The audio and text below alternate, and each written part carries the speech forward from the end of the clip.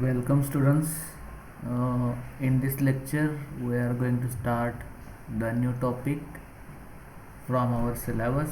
The name of the topic is thermodynamics. Okay, so first of all we'll see some introduction.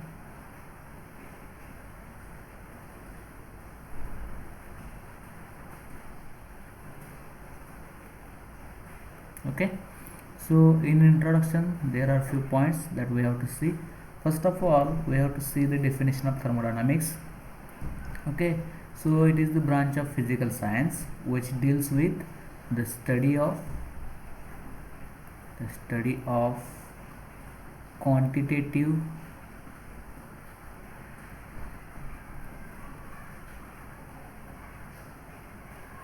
relationship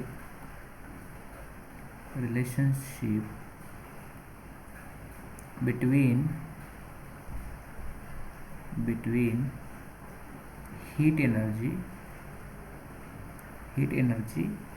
and many other forms of energies. Okay, so basically the thermodynamics, it is the branch of physical science, okay, which deals with the study of quantitative relationship between heat energy and many other forms of energies. Now, which are these other forms? In that, the one form is mechanical energy. Okay, so where will get the mechanical energy? The mechanical energy, it is involved in the working of machine. It is involved in the working of machines. Okay, the energy associated with machines, it is known as the mechanical energy. Okay, then next is electrical energy. Okay, so this is electrical energy. It is other form of energy. So this energy is associated with the process like electrolysis. Okay, the next part of energy is light energy. Third, light. Okay, so this energy concerns with the photography or photochemistry. Okay, and the last form of energy is the chemical energy. It is associated with the chemical substances.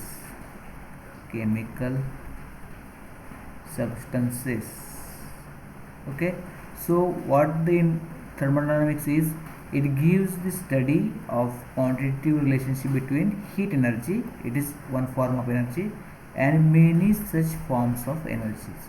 So we have to see the quantitative relationship between these energies and heat energy. Okay, so this deals with the thermodynamics. Now let me clear this. Now all the energies are different. Okay, the mechanical energy is different, the light energy is different, the chemical energy is different and distinct from one another. Okay, so these are interconvertible into each other. So all the types we have seen, now these type of energies are interconvertible into each other. Okay, so what the thermodynamics deals with, it deals with the energy transformations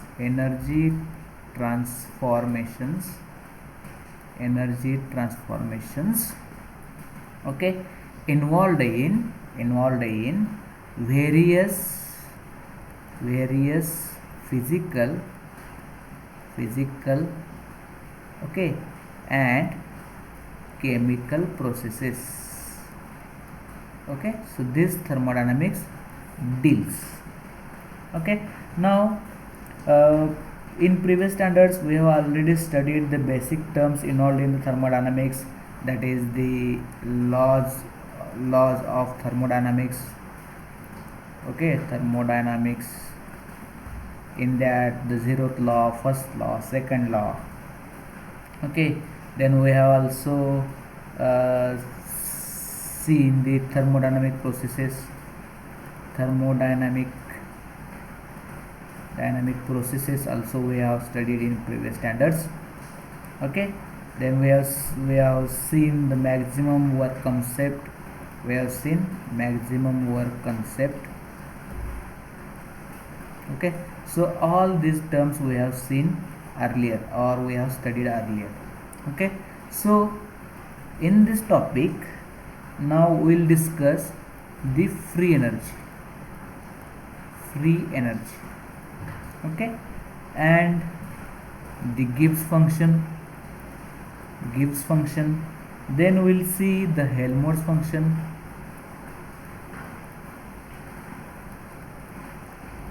Okay, then we'll see the Gibbs-Helmholtz equation.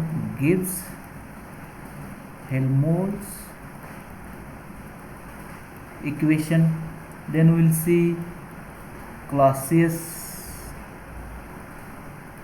Clapeyron equation. Then we'll see Van 't Hoff isotherm and isochore. Okay, and then we'll see the fugacity, okay, and activity. Then we'll see the partial molar quantities in that partial molar volume. Okay, and lastly we'll see the Gibbs-Duhem equation. So all these points we have to cover in this topic. Okay, so let's start with the free energy.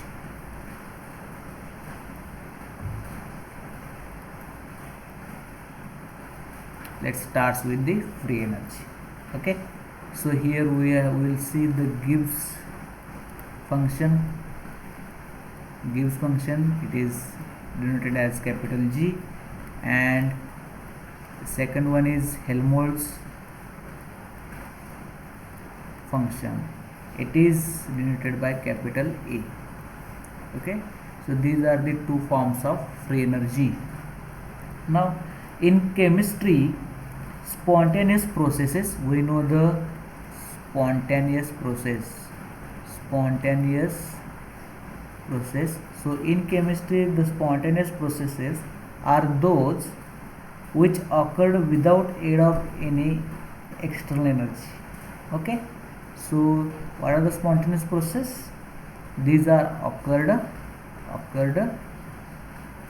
without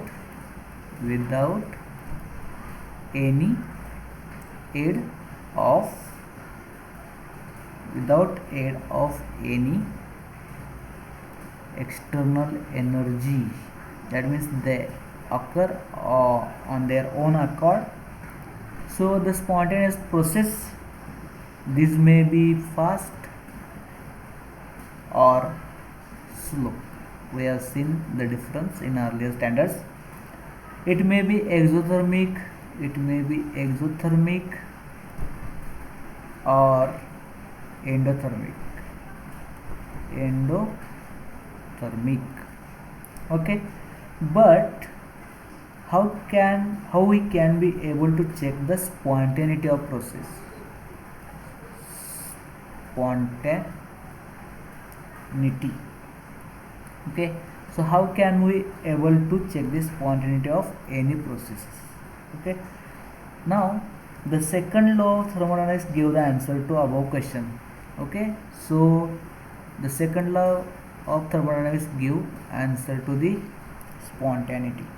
Okay, so entropy, we all of we know the function, thermodynamic function entropy.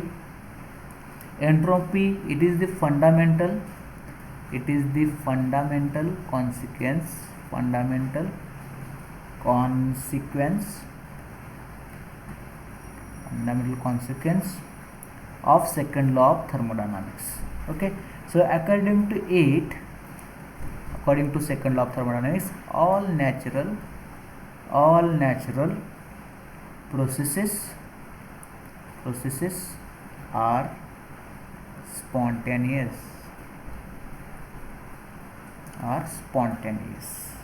in which entropy increases, okay, and tends towards maximum. So this is the second law of thermodynamics.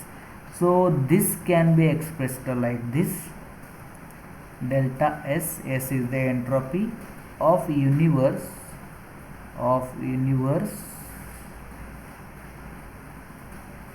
is equal to delta S of system, okay, plus delta S of surrounding, okay, is greater than 0. So this is for spontaneous processes,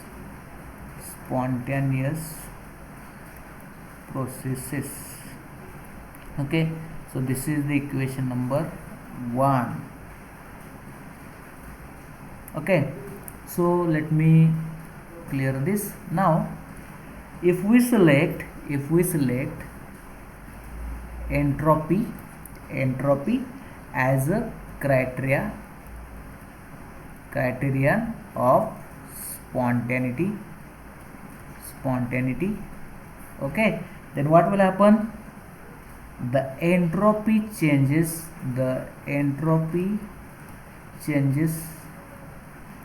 for both the system and surrounding needs to be considered, as we have seen in the equation number 1. Okay, so entropy changes for both the system and surrounding we have to consider, okay, to check the criteria of spontaneity. But it is not convenient always, it is not always convenient, okay. So chemists are primarily interested in changes within the system. So chemists also always interested in only system, not the surrounding, okay. That is for studying the chemical reactions,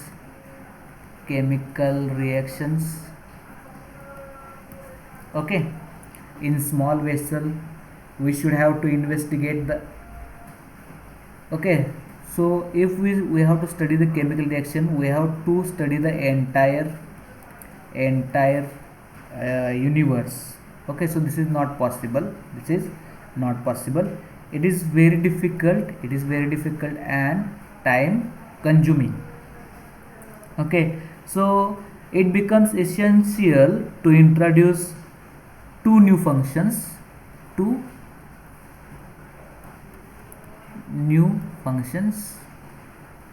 okay. These functions are Gibbs free energy functions,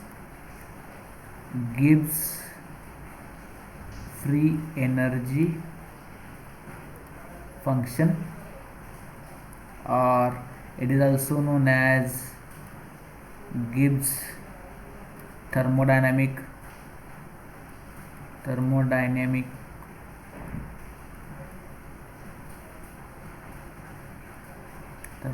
potential function. It is represented as G, and the second function is Helmholtz free energy function, or it is also called as the work function. It is represented by capital E. Okay, so we know that entropy is considered as measure of. So what is the entropy? Entropy is considered as measure of unavailable energy.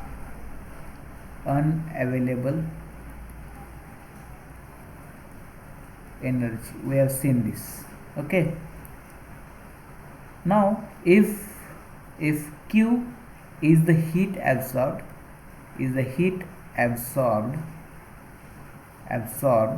by the system, okay, the available energy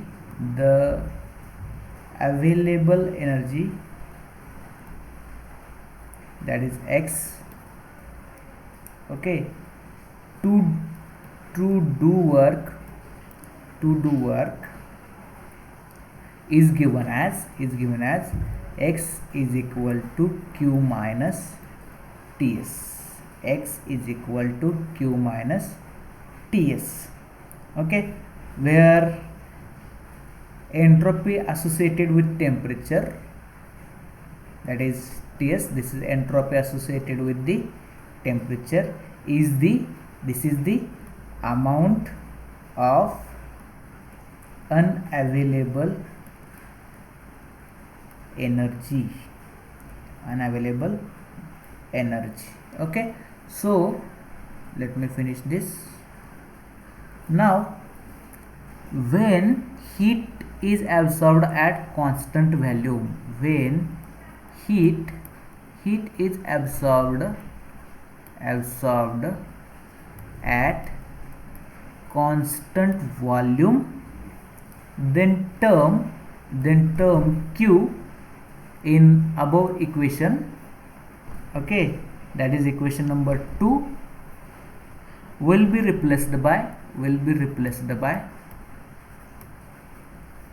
internal energy, that is E. Okay, on the other hand, when the heat is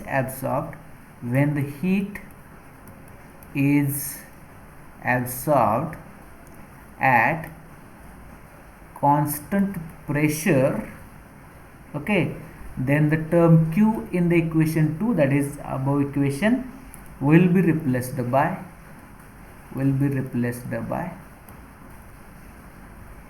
H. Okay, thus the value of X will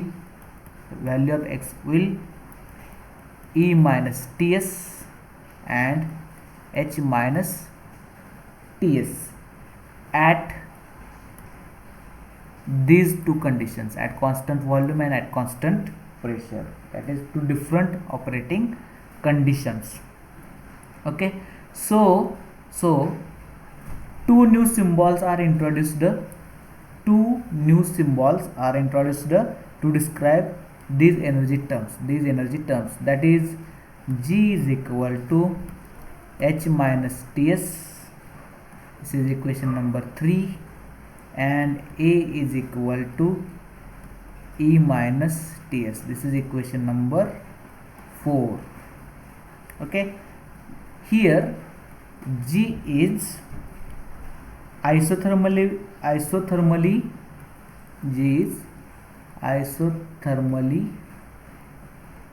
available enthalpy, okay, and it is known as Gibbs free energy. Okay, A is isothermally available energy,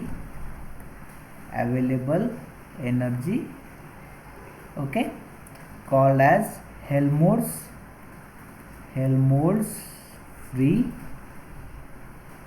energy. Okay, and what is H? H is enthalpy.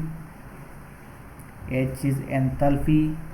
E is internal energy. Okay, S is entropy, we know. Okay, and T is temperature.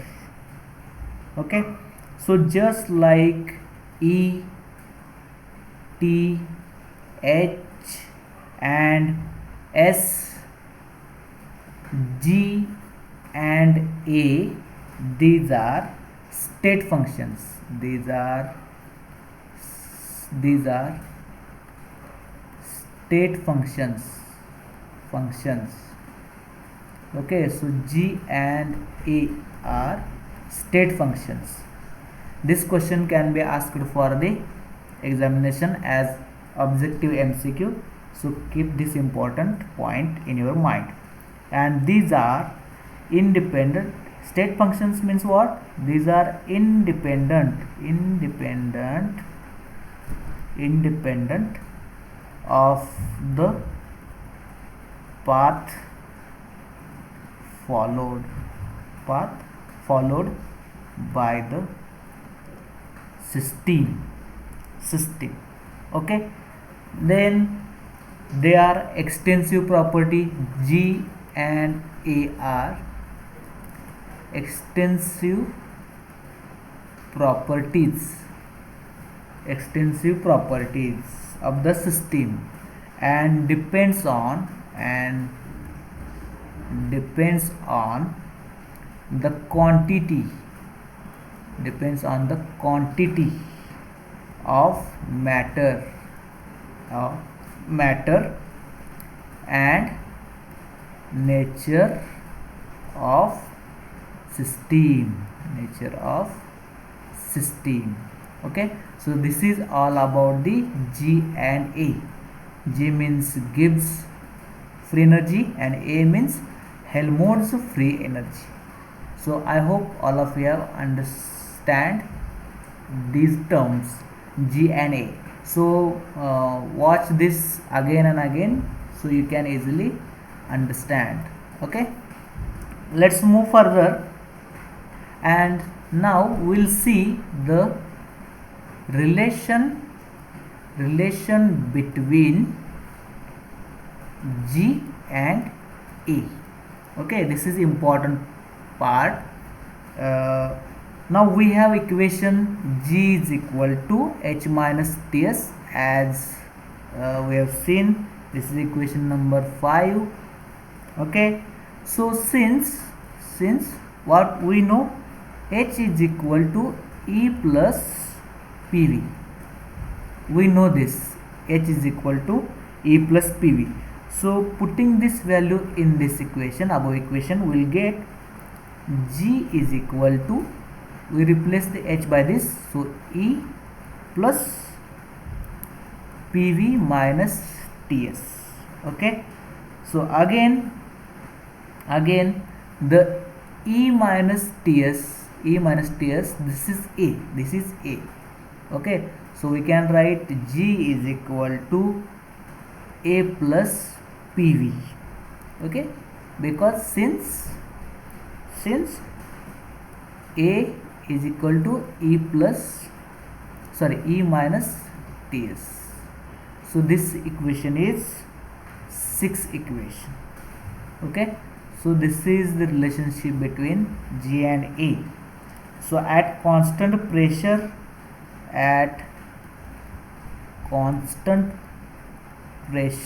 the equation 6 becomes delta G is equal to delta A, P remains constant, delta V. So this is at constant pressure. This is equation number 7.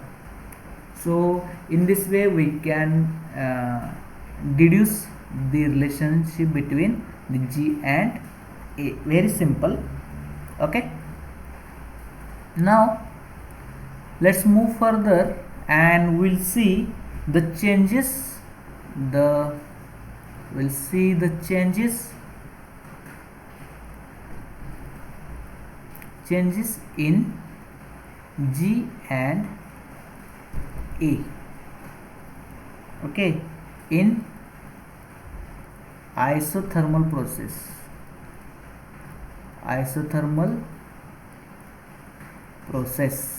okay, this is another important point. So consider the thermodynamic change for a system from initial state to final state. Okay, then these two states are represented by subscript 1, that is initial, and 2, that is final state. So the change in G, the change in G for isothermal process is given by delta G is equal to G2 minus G1, that is Gibbs free energy in final state minus Gibbs free energy in initial state. Okay, so we know the equation of G. So putting the value of G in this equation, we will get this H2 minus TS1. T remains constant in isothermal process, minus H2 minus TS2 minus H1 minus TS1, since G is equal to H minus TS. Okay, so here we can solve like this: H2 minus H1, okay, minus T S2 minus S1. Okay, so therefore delta G is equal to delta H, that is enthalpy change, minus T delta S. This is equation number 8. So this equation will give you the change of free energy, okay, in isothermal process. Okay, so for infinitesimally small change, we can write dG is equal to dH minus TdS. This is for infinitesimally small change. This is equation number 9. Okay, similarly we can calculate like this for change in work function. Change in A, we can similarly calculate delta A is equal to A2 minus A1. We know the value of A, so putting the value of A, so E2 minus T S2 minus in bracket E1 minus T S1. So similarly like above, we will get E2 minus E1 minus T into bracket S2 minus S1. Okay, so again is equal to delta A is equal to delta E minus T delta S. Okay, so this is equation number 10. Okay, so this is change in A. For infinitesimally small change, dA is equal to d minus TdS. Okay, so here the delta S represents the increase in entropy,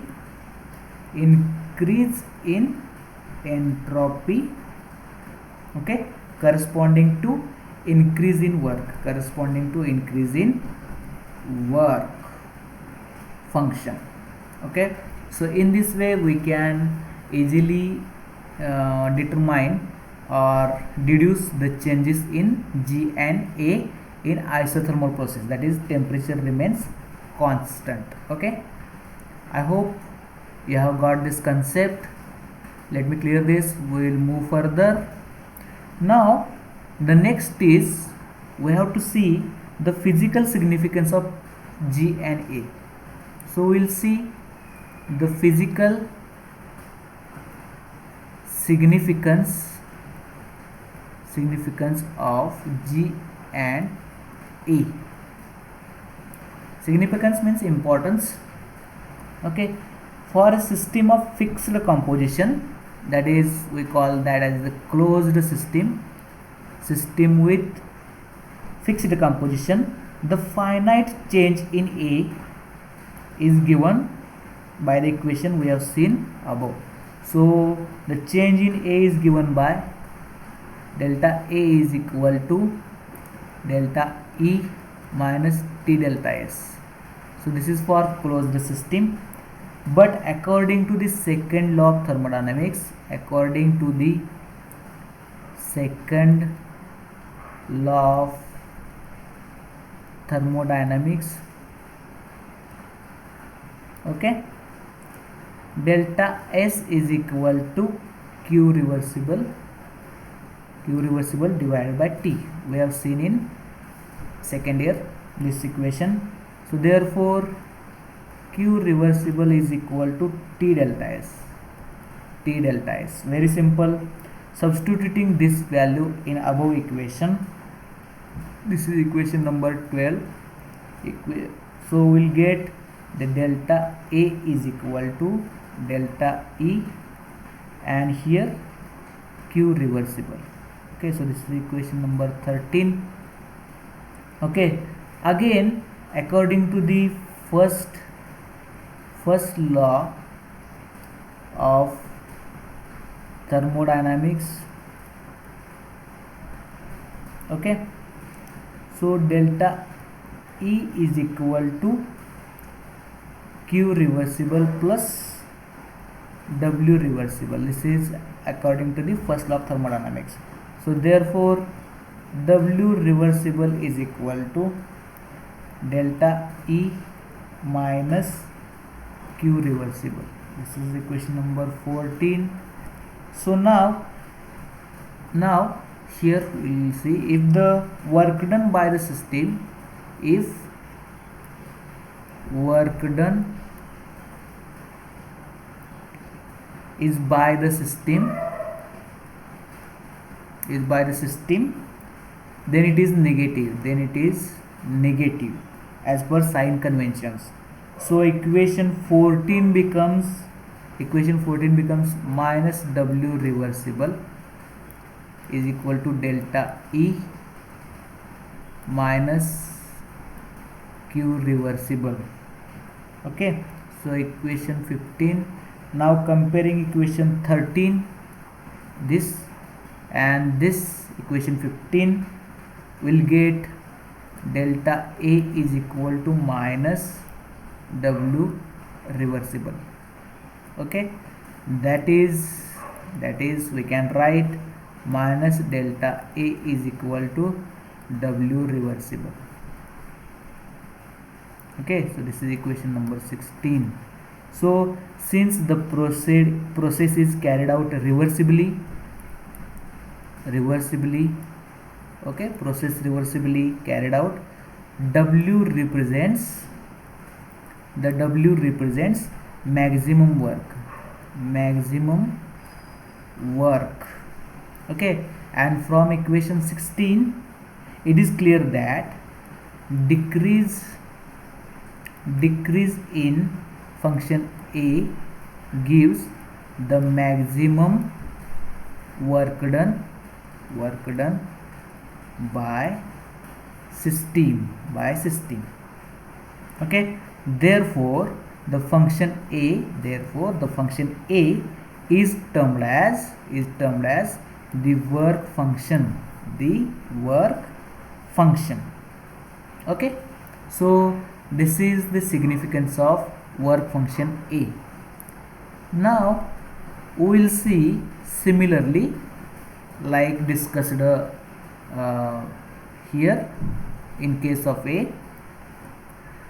For closed system again, the delta G is given by delta H minus T delta S. Okay, so here is equal to delta E plus P delta V minus T delta S. How it came? Because delta H is equal to E plus P PV. So we replace the H by this, so we have got this.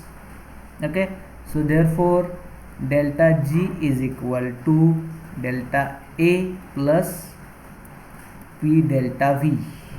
Okay, so this is equation number 17. This will give the change in Gibbs free energy. Okay, so this is equation number 17. Substituting the value of delta A in this equation, from equation number 16 we have derived earlier, we will get delta G is equal to minus W reversible plus P delta phi.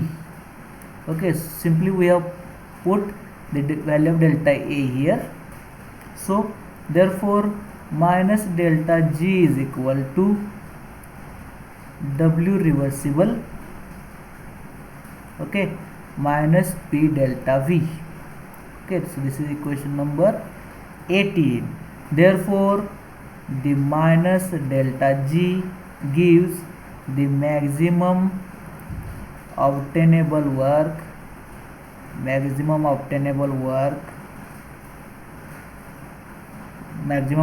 done from a system, okay, other than that, due to change in volume at constant pressure, that is mechanical work. So this work is called net work. That is mechanical plus non-mechanical. So net work is equal to W minus P delta V is equal to minus delta G. Okay, so this is the net work done. So this is equation 19. Thus decrease in value of Gibbs free energy function at constant pressure and temperature is a measure of maximum reversible non-mechanical